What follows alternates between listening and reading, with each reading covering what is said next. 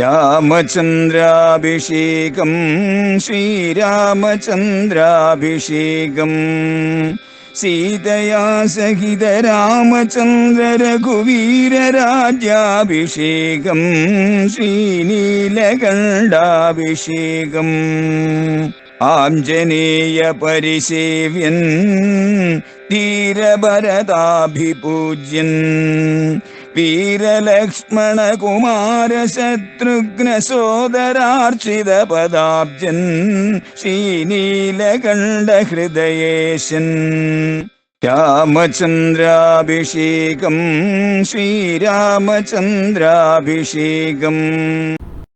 രാമനെ യുവരാജാവായി വാഴിക്കുന്ന കാര്യം അതെല്ലാം ചർച്ച ചെയ്തിട്ട് യവരാജ്യം അമന്യത രാമനെ യുവരാജാവായിട്ട് അഭിഷേകം ചെയ്യാൻ വേണ്ടിയിട്ട് അദ്ദേഹം മനസ്സിൽ ചിന്തിച്ച് ഉറച്ചു. രാമന്റെ ഗുണഗണങ്ങൾ അതാണ് ഇങ്ങനെ രാമനെ യുവരാജാവായി അഭിഷേകം ചെയ്യാൻ അദ്ദേഹം തീരുമാനിക്കാനുള്ള കാരണം, ചിന്തിച്ചുറയ്ക്കാനുള്ള കാരണം എന്ന് മാത്രമല്ല അതോടൊപ്പം വേറെയും ചില കാരണങ്ങൾ ഉണ്ടായിരുന്നു. അതും വാൽമീകി നമ്മെ കേൾപ്പിക്കുന്നുണ്ട്. ദിവി അന്തരിക്ഷേ ഭൂമൗച ഘോരം ഉത്പാദജം ഭയം. മഹാരാജാവായ ദശരഥൻ ഉൽക്കകൾ വീഴുന്നത് കണ്ടു. ആകാശത്ത്, അന്തരീക്ഷത്തില്, ഭൂമിയില് കൊള്ളിയാനുകൾ പറന്ന് വീഴുന്നത്, ഘോരമായി വീഴുന്നത് ദശരഥ മഹാരാജാവ് കണ്ടു. എന്ന് മാത്രമല്ല മേധാവിയായ ആ രാജാവ് തിരിച്ചറിഞ്ഞു, ശരീരേച്ച ആത്മനോ ജരാം, തന്റെ ശരീരത്തില് ജര ബാധിച്ചിരിക്കുന്നു. തൊലിയെല്ലാം ചുക്കി ചുളിയുന്നത് ജരയുടെ ലക്ഷണമാണ്. അതിന്റെ കാരണം ആന്തരികമാണ്. വാർദ്ധക്യം കൊണ്ട് ശരീരകോശങ്ങൾക്ക് ബലം കുറയുന്നു. അങ്ങനെ ബലം കുറയുമ്പോഴേക്കും ഇങ്ങനെ മുഖവും കൈയിലെയും ഒക്കെയുള്ള, മുഖത്തും കയ്യിലും ഒക്കെയുള്ള തൊലി ചുക്കിച്ചുളിയാനായി തുടങ്ങും. അങ്ങനെ ജര തന്നെ ബാധിച്ചിരിക്കുന്നു. അതേപോലെ തന്നെ തന്റെ ശിരസ് വെളുത്തുപോയിരിക്കുന്നു, നര ബാധിച്ചിരിക്കുന്നു. തനിക്ക് വാർദ്ധക്യം വന്നു കഴിഞ്ഞിരിക്കുന്നു. പഴയ കാലമല്ലിത്. ശരീരത്തിന്റെ ബലം പണ്ടത്തേതുപോലെ ഇല്ല. ആ ബലം കുറഞ്ഞു പോയിരിക്കുന്നു. ദശരഥന്റെ എല്ലാം കാലഘട്ടത്തില് നേരിട്ട് യുദ്ധം ചെയ്യുന്നത് രാജാക്കന്മാരാണ്. സൈന്യങ്ങൾ രാജാവിനെ സഹായിക്കാനാണ്. രാജാവാണ് മുന്നിൽ നിന്ന് യുദ്ധം ചെയ്യുക. അപ്പോ നാടിന് ആപത്ത് വരുമ്പോഴേക്കും മുന്നിൽ നിന്ന് യുദ്ധം ചെയ്യേണ്ടവൻ രാജാവ് ദുർബലനായി പോയാലോ, വാർദ്ധക്യ സഹജമായിരിക്കുന്ന ദൗർബല്യം തന്നെ ബാധിച്ചു തുടങ്ങിയിരിക്കുന്നു. അതും ഒരു പ്രധാനപ്പെട്ട കാരണം. രാമനെ യുവരാജാവായിട്ട് അഭിഷേകം ചെയ്യാൻ ഇനി വൈകിക്കരുത് എന്ന് അദ്ദേഹം ചിന്തിക്കാനുള്ള കാരണം. അതുകൊണ്ട് ആത്മനശ്ച പ്രജാനാം ച ശ്രേയസേ ച പ്രിയേണ ച പ്രാപ്തേ കാലേസ ധർമാത്മാ ഭക്തിയാ ത്വരിതവാൻ നൃപ. തന്റെ ശ്രേയസ്സിനു വേണ്ടിയും മഹാരാജാവായ ദശരഥൻ തന്റെ ശ്രേയസ്സിനു വേണ്ടിയും എത്രയും വേഗം രാമനെ യുവരാജാവായി അഭിഷേകം ചെയ്യാനായിട്ട് തിടുക്കം കൂട്ടി തുടങ്ങി. ആ തിടുക്കമെല്ലാം മനസ്സിലാണ്. മന്ത്രിമാരോടും ആലോചിച്ചു. അവരോട് ആ തിടുക്കം കാട്ടിയില്ല. എങ്കിലും അദ്ദേഹം തന്റെ മനസ്സിന്റെ ഉള്ളില് വളരെയേറെ തിടുക്കം കാട്ടിത്തുടങ്ങി. എത്രയും വേഗം രാമന്റെ അഭിഷേകം നടത്തണമെന്ന്. എന്തുകൊണ്ടെന്നാൽ ഈ രാജ്യത്തെ സംരക്ഷിക്കാനുള്ള ബലം തനിക്ക് കുറഞ്ഞു പോയിരിക്കുന്നു.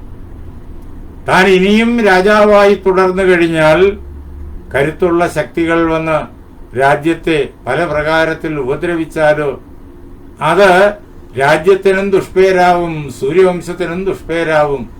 അതുകൊണ്ട് തന്റെയും വംശത്തിന്റെയും രാജ്യത്തിന്റെയും എല്ലാം നന്മയ്ക്ക് വേണ്ടിയിട്ടും ആത്മനശ്ച പ്രജാനാം ച പ്രജകളുടെ നന്മയ്ക്ക് വേണ്ടിയിട്ടും, പ്രജകൾക്ക് ഒരു ബുദ്ധിമുട്ടും വരരുത്, അവരെ രക്ഷിക്കാൻ കരുത്തനായ ഒരു ഭരണാധിപൻ ഉണ്ടാകണം. അങ്ങനെ പ്രജകളുടെ ശ്രേയസ്സിന് വേണ്ടിയിട്ടും അതേപോലെ പ്രജകളോടുള്ളതായ വാത്സല്യം കൊണ്ടും മഹാരാജാവ് എന്ത് ചെയ്തു? പ്രാപ്തേ കാലേജസ ധർമാത്മാ, സമയം വന്ന അവസരത്തില് രാജാവ് ഭക്തിയാ ത്വരിതവാൻ നൃപ, വളരെയേറെ തിടുക്കം അദ്ദേഹം കാണിച്ചു രാമനെ യുവരാജാവായിട്ട് അഭിഷേകം ചെയ്യാൻ. അതുകൊണ്ട് അദ്ദേഹം എല്ലാവരെയും വിളിച്ചുകൂട്ടി സാഹചര്യങ്ങൾ അവരോട് പറഞ്ഞ് താൻ ശ്രീരാമചന്ദ്രനെ യുവരാജാവായിട്ട് അഭിഷേകം ചെയ്യാൻ ആഗ്രഹിക്കുന്നു എന്ന് അറിയിച്ച് അവരുടെ എല്ലാം അഭിപ്രായത്തോടുകൂടി രാമനെ യുവരാജാവായിട്ട് എത്രയും വേഗം അഭിഷേകം കഴിക്കണം എന്ന് അദ്ദേഹം ചിന്തിച്ചു. അദ്ദേഹം ജ്യോതിഷികളെ കൊണ്ട് തന്റെ നക്ഷത്രത്തെ പരിശോധിപ്പിക്കുകയും ചെയ്തു. പല ദുസ്വപ്നങ്ങൾ കാണുന്നു, ഉൽക്കകൾ വീഴുന്നത് കാണുന്നു. അതെല്ലാം കണ്ടപ്പോൾ ജ്യോതിഷികളെ കൊണ്ട് തന്റെ നക്ഷത്രത്തെ പരിശോധിപ്പിച്ച് നോക്കി. അപ്പോഴും ആ ജ്യോതിഷികൾ പറഞ്ഞതും ഇങ്ങനെ ദശരഥ മഹാരാജാവിന്റെ സമയത്തിന് ദോഷമുണ്ട്, കാര്യമായ ദോഷമുണ്ട്. അവർ പറഞ്ഞ ഇതാണ്: പ്രായേണച്ച നിമിത്താനാം ഈദൃശാനാം സമുദ്ഭവേ രാജാഹി മൃത്യുമാപ്യനോതി. ഈ പ്രകാരത്തിലുള്ള നിമിത്തങ്ങളെല്ലാം വന്നു ചേരുമ്പോഴേക്കും മനസ്സിലാക്കേണ്ടത് രാജാവിന് മരണം ഉണ്ടാകും എന്നാണ്. ജ്യോതിഷിമാര് രാജാവിനോട് പറഞ്ഞു. ലക്ഷണങ്ങളെല്ലാം അങ്ങനെ ഒത്തുചേർന്നിരിക്കുന്നു. ക്രൂരഗ്രഹങ്ങളായിരിക്കുന്ന ആദിത്യനും ശനിയും ചൊവ്വയും അതേപോലെ രാഹുവും രാജാവിന്റെ നക്ഷത്രത്തെ, ദശരഥന്റെ നക്ഷത്രത്തെ പിടികൂടിയിരിക്കുന്നു. ഇതും കൂടി അവർ കണക്കിലെടുത്ത് ചിന്തിച്ചിട്ടാണ് പറഞ്ഞത് രാജാവിന് മൃത്യു ഉണ്ടാകും എന്ന്. ദശരഥ മഹാരാജാവിന് തന്റെ മൃത്യുവിനെ കുറിച്ച് യാതൊരു ഭയവുമില്ല. അദ്ദേഹം ദേവലോകത്തെ രക്ഷിക്കാൻ വേണ്ടിയിട്ട് ഘോരന്മാരായ രാക്ഷസന്മാരോട് എത്ര തവണ സുധീരം പോരാടി വിജയം കൈവരിച്ചയാളാണ്. മരണം അദ്ദേഹത്തിന് ഒരു പ്രശ്നമേ അല്ല. പക്ഷേ തുടർന്ന് ജ്യോതിഷന്മാർ പറഞ്ഞ കാര്യം അദ്ദേഹത്തെ ഭയപ്പെടുത്തി.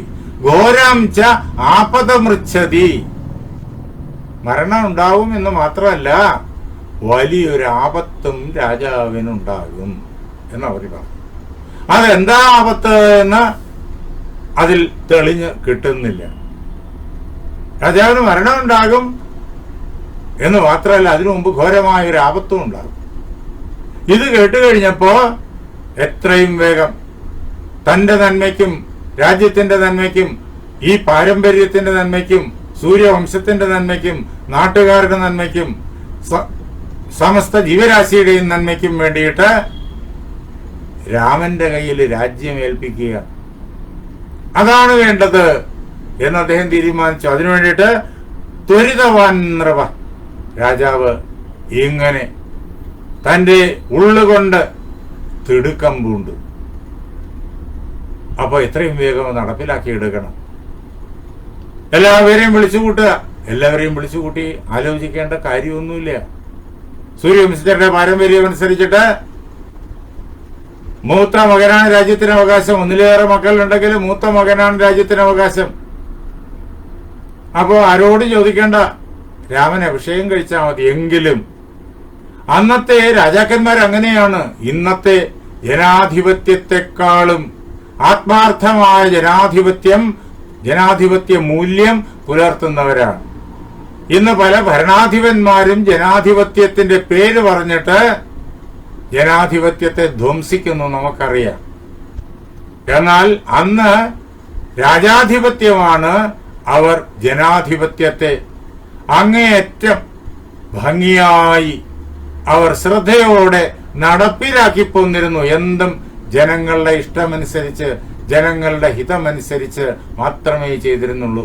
ഇതാണ് ഭാരതത്തിലെ രാജഭരണം. അത് ഭാരതത്തിന് വെളിയിലുള്ള രാജ്യങ്ങളിലെ ഡിക്റ്റേറ്റർഷിപ്പ് അല്ല, അതേപോലെ തന്നെ രാജഭരണങ്ങളുമല്ല. ഭാരതത്തിലെ രാജാക്കന്മാര് ഏറ്റവും വലിയ ജനാധിപത്യത്തിന്റെ സംരക്ഷകരാണ്. അതുകൊണ്ട് എല്ലാ ജനങ്ങളോടും ഇതിനെക്കുറിച്ച് അഭിപ്രായം ആരായണം, എല്ലാവരെയും വിളിച്ചുകൂട്ടാം. അദ്ദേഹം തീരുമാനിച്ചു. എല്ലാവരെയും വിളിച്ചുകൂട്ടുന്നു. നാളെ രാത്രി 8:30 നമുക്ക് എല്ലാവർക്കും ഒരുമിച്ച് കൂടാം. യുവരാജ്യാഭിഷേകത്തിന് വേണ്ടിയിട്ട് നാട്ടുകാരെല്ലാവരും കൂടി ഏകകണ്ഠമായിട്ട് ദശരഥ മഹാരാജാവിനോട് അഭ്യർത്ഥിക്കുന്നത് നമുക്ക് നേരിട്ട് കാണാം. യൗവരാജ്യ അഭിഷേകത്തിന്റെ നിശ്ചയം ഈ ലോകത്തിന് മുഴുവൻ ആനന്ദജനകമാണ്. അതുകൊണ്ട് എല്ലാവരും നാളെ രാത്രി 8:30 ഈ പ്രോഗ്രാമിൽ വരണം. ഈ പരിപാടി 30 ദിവസം ഇതേപോലെ ഇതിനകത്ത് കിടക്കും.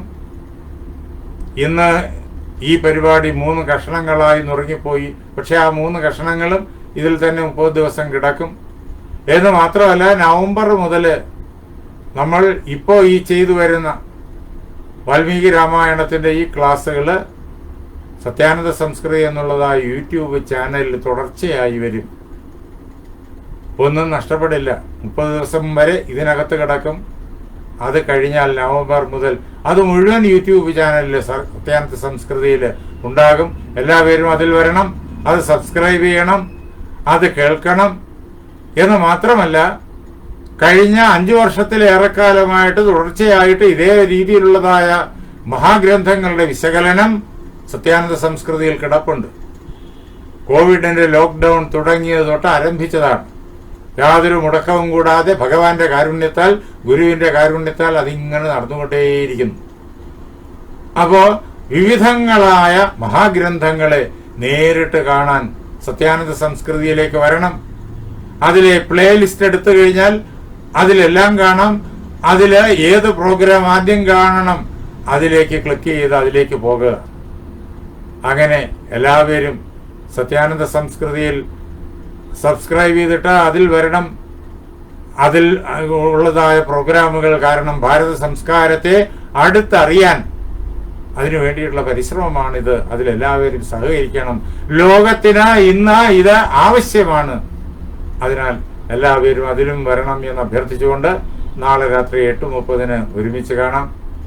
എന്റെ വാക്കുകളാകുന്ന പൂജാപുഷ്പങ്ങൾ പാർവതീ പരമേശ്വരന്മാരുടെ പാദങ്ങളിൽ, ശ്രീരാമസീത ആഞ്ജനേയന്മാരുടെ പാദങ്ങളിൽ, എന്റെ ഗുരുനാഥനായ ജഗദ്ഗുരു സ്വാമി സത്യാനന്ദ സരസ്വതി തൃപ്പാദങ്ങളിൽ, എന്റെ പരമഗുരുവായ ബ്രഹ്മശ്രീ നീലകണ്ഠ ഗുരുപാദരുടെ പാദപങ്കജങ്ങളിൽ, നിങ്ങൾ ഓരോരുത്തരുടെയും മഹാഗുരുവിന്റെ പാദപത്മങ്ങളിൽ, വാൽമീകി മഹർഷിയുടെ പാദപങ്കജങ്ങളിൽ, ആ ധന്യമായ സങ്കല്പം കൊണ്ട് പവിത്രമായിരിക്കുന്ന നിങ്ങളുടെ ഹൃദയങ്ങളിൽ പൂജാപുഷ്പങ്ങളെന്നോണം സമർപ്പിച്ചുകൊള്ളുന്നു. ജയ് സീതാറാം.